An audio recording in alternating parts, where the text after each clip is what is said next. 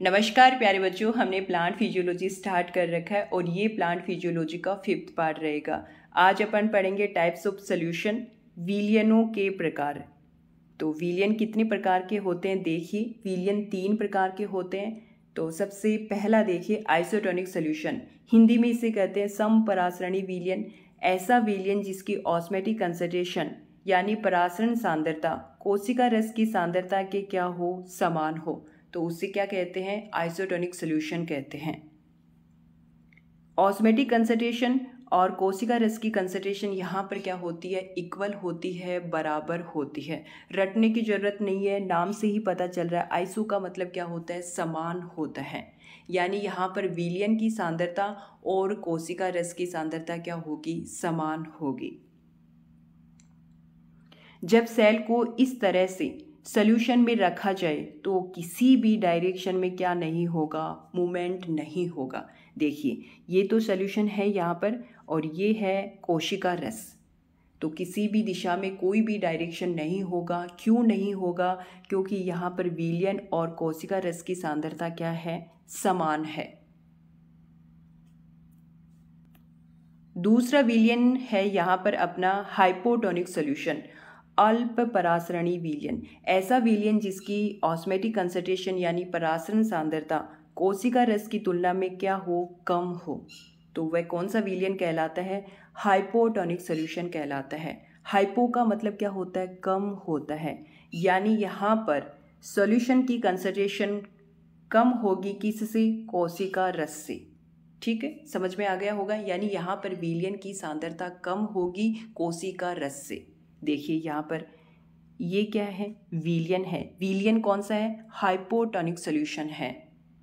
और ये यहाँ पर कोशिका है और यहाँ पर कोशिका रस की सांद्रता ज़्यादा होगी। किससे ज़्यादा होगी, विलियन की सांद्रता से ज़्यादा होगी। और एक बात और ध्यान रखना, हाइपोटोनिक सॉल्यूशन आते ही आपके दिमाग में क्लिक होना चाहिए, यहाँ पर सॉल्वेंट ज़्यादा होगा यानी विलायक ज़्यादा होगा, वाटर ज़्यादा होगा और सोल्यूट क्या होगा, कम होगा। ठीक है, तो कोशिका रस की सांद्रता ज़्यादा है तब वाटर अंदर की तरफ प्रवेश करेगा। और ये इसका बढ़िया एग्जाम्पल है एंडो ऑस्मोसिस।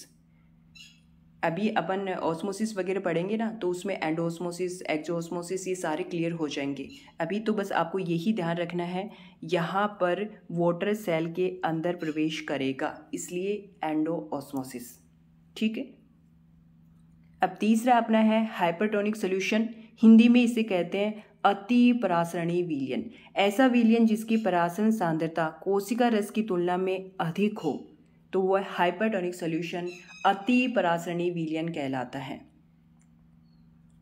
यहाँ पर कोशिका रस की सांद्रता विलियन से क्या होगी, कम होगी। ठीक है, यहाँ पर देखिए ये कौन सा सॉल्यूशन है, हाइपरटोनिक सॉल्यूशन है। इसका मतलब यहाँ पर सॉल्वेंट कम होगा और सोल्यूट क्या होगा, ज़्यादा होगा। और ये यहाँ पर कोशिका है, तो कोशिका से वाटर बाहर की तरफ निकलेगा यानी एक्सोऑस्मोसिस होगा। ठीक है, तो ये था हाइपरटोनिक सॉल्यूशन, अति परासरणी विलियन। तो 3 विलियन थे, कौन कौन से, आइसोटोनिक सॉल्यूशन यानी दोनों की कंसंट्रेशन यहाँ पर समान होगी, दोनों की किसकी, विलियन की सांद्रता और कोशिका रस की सांद्रता। हाइपोटोनिक सॉल्यूशन में हाइपो का मतलब कम होता है, यानी यहाँ पर विलियन की सांद्रता कम होगी, किससे कम होगी, कोशिका रस से कम होगी। और हाइपरटोनिक सॉल्यूशन में हाइपर का मतलब ज़्यादा होता है, यानी यहाँ पर विलियन की सांद्रता ज़्यादा होगी, किससे ज़्यादा होगी, कोशिका रस से ज़्यादा होगी। ठीक है, अब अपन पढ़ेंगे ऑस्मोसिस यानी परासरण। ऑस्मोसिस एक सिंपल डिफ्यूजन प्रोसेस है, सरल विसरण प्रक्रिया है। सिंपल डिफ्यूजन तो मैंने आपको पढ़ा दिया। ठीक है, ये अर्धपारगम्य झिल्ली से होता है।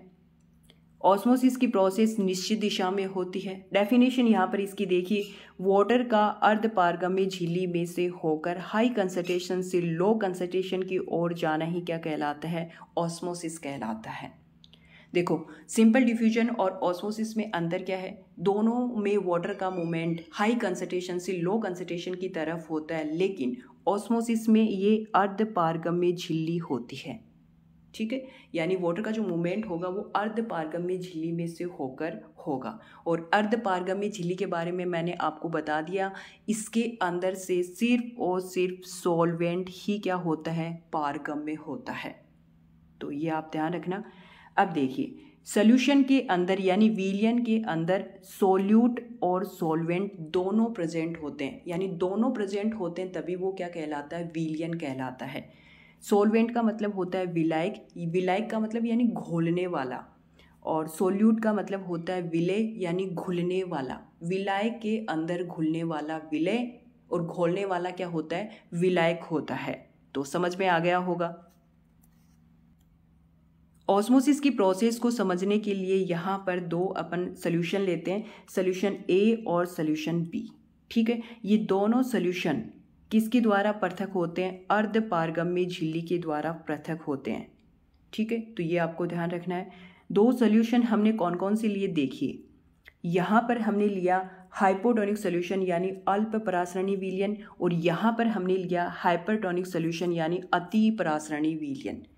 हाइपोटोनिक सोल्यूशन के बारे में मैंने आपको बता दिया, यहाँ पर सॉल्वेंट क्या होता है, ज़्यादा होता है, यानी यहाँ पर H2 ज़्यादा होगा, इस तरफ H2 की कंसंट्रेशन क्या होगी, ज़्यादा होगी, और साथ ही इधर सोल्यूट क्या होगा, कम होगा। आपको दिखाई भी दे रहा है यहाँ पर सोल्यूट कम है।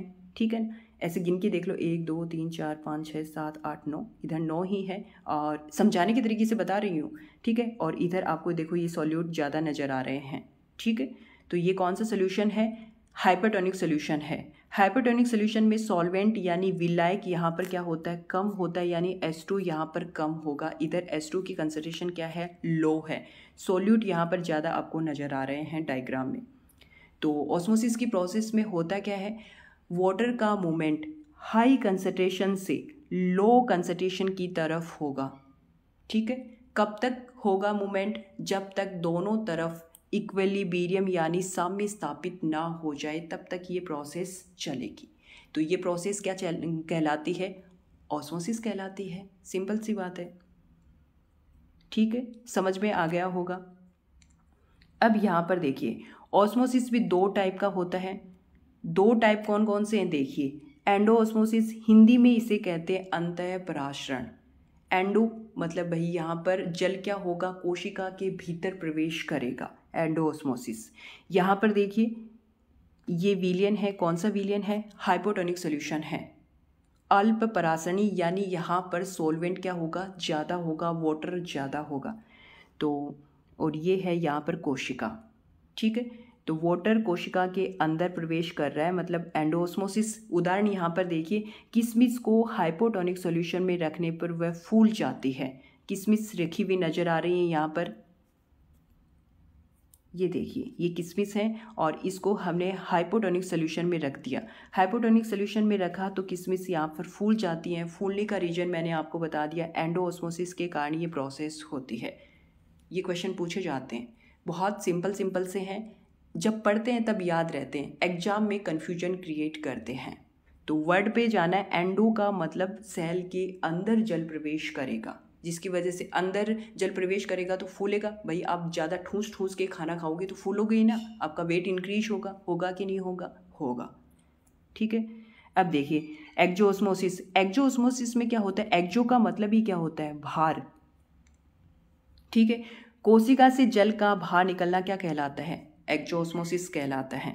देखिए यहाँ पर ये कौन सा सोल्यूशन है, हाइपरटोनिक सोल्यूशन है। हाइपरटोनिक सोल्यूशन का मैंने बता दिया, यहाँ पर सॉल्वेंट क्या होगा, कम होगा, और सोल्यूट यहाँ पर क्या होगा, ज़्यादा होगा। तो ये यहाँ पर कोशिका है, और कोशिका से जल बाहर निकल रहा है, मतलब एक्जोऑस्मोसिस की प्रोसेस हो रही है। एग्जाम्पल यहाँ पर देखिए आप, अंगूर को हाइपरटोनिक सोल्यूशन में रखने पर वह किस में परिवर्तित हो जाती है, किशमिश में परिवर्तित हो जाती है। देखिए यहाँ पर ये ताज़ा अंगूर आपको दिखाई दे रहे हैं।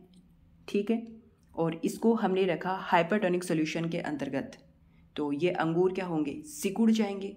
ठीक है भाई, अंगूर का पानी बाहर निकल जाएगा, बाहर निकल जाएंगे तो वो पिचक जाएंगे। रीजन क्या है, एक्जोऑस्मोसिस के कारण।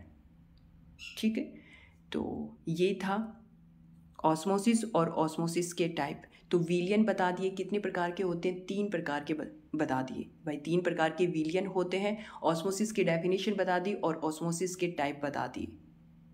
तो इस वीडियो लेक्चर में इतना ही। जय हिंद, जय भारत।